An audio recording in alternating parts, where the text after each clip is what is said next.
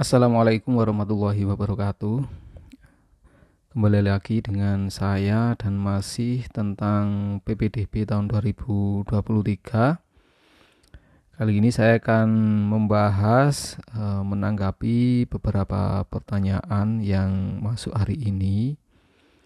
Yang pertama ini ada pertanyaan tentang kakak. Saya buka dulu. Ya, kakak saya berdomisili di Sidoarjo. Kemudian pengisian datanya yang diunggah ya, kakak atau domisili. Mohon saran dan bantuannya sebelumnya, terima kasih. Oke ya. Nah, di sini sudah saya jawab sebelumnya ya. Tadi sudah saya jawab. Nah, untuk eh, data yang diunggah itu adalah kakak ya. Jadi kalau kita mendaftar itu data yang diunggah adalah kakak. Surat keterangan domisilinya bagaimana ya? Surat keterangan domisili itu saya jelaskan dulu ya. Jadi surat keterangan domisili itu adalah surat pengganti kakak yang hilang karena bencana alam atau bencana sosial. Sekali lagi, surat keterangan domisili itu dibuat sebagai ganti kakak yang hilang karena bencana alam atau bencana sosial. Jadi, jika Bapak Ibu atau kalian yang selama ini tidak mengalami musibah bencana alam seperti banjir, kebakaran atau gempa, atau mungkin hilang karena bencana sosial, dan kakaknya masih ada, maka yang diupload, berkas yang diupload itu adalah KK. Oke ya. Nah, untuk daftarnya bagaimana? Oke ya, daftar. Kalau daftar jenengan menggunakan jalur zonasi dengan menggunakan KK, otomatis nanti akan kalah dengan siswa-siswa, calon siswa di lingkungan Sidoarjo. Oke ya, karena lokasi panjenengan itu jauh dari Sidoarjo, dari sekolah di Sidoarjo. Maka kalau saya ya, itu daftar menggunakan jalur afirmasi. Jalur afirmasi yang apa? Jalur afirmasi yang pindah tugas orang tua. Jadi nanti panjenengan minta surat keterangan dari general manager atau HRD atau apalah atasan panjenengan bahwa Anda memang bekerja di situ. Oke ya. Jadi di tempat saya itu ada dari daerah lain ya, dari luar daerah bahkan itu pindah ke sebelah sekolah dekat dengan sekolah saya.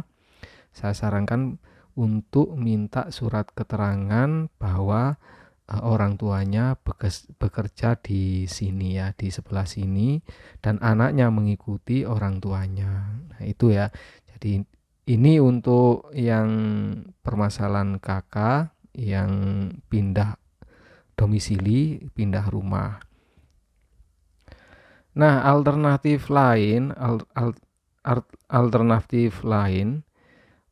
kalau nilainya putra-putri panjenengan itu memungkinkan, pakai daftar di jalur prestasi ya. Prestasi nilai akademik. Kalau nilainya bagus, itu nanti bisa jadi pertimbangan di sekolah yang dituju. Karena jalur prestasi nilai akademik itu tidak menggunakan KK sebagai dasar seleksinya, tapi menggunakan nilai rapot. Tentunya kalau daftar menggunakan prestasi nilai akademik harus melihat sekolahnya dulu. Kemampuan nilai putra-putri panjenengan itu silakan disesuaikan dengan sekolah yang dituju.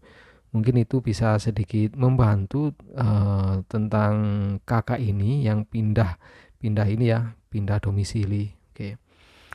Untuk selanjutnya, pertanyaan selanjutnya.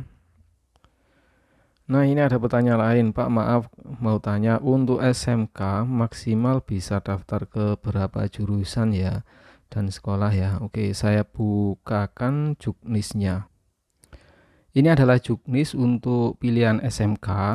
Jadi SMK itu bisa memilih maksimal 3 kompetensi atau jurusan dalam satu sekolah. Oke ya.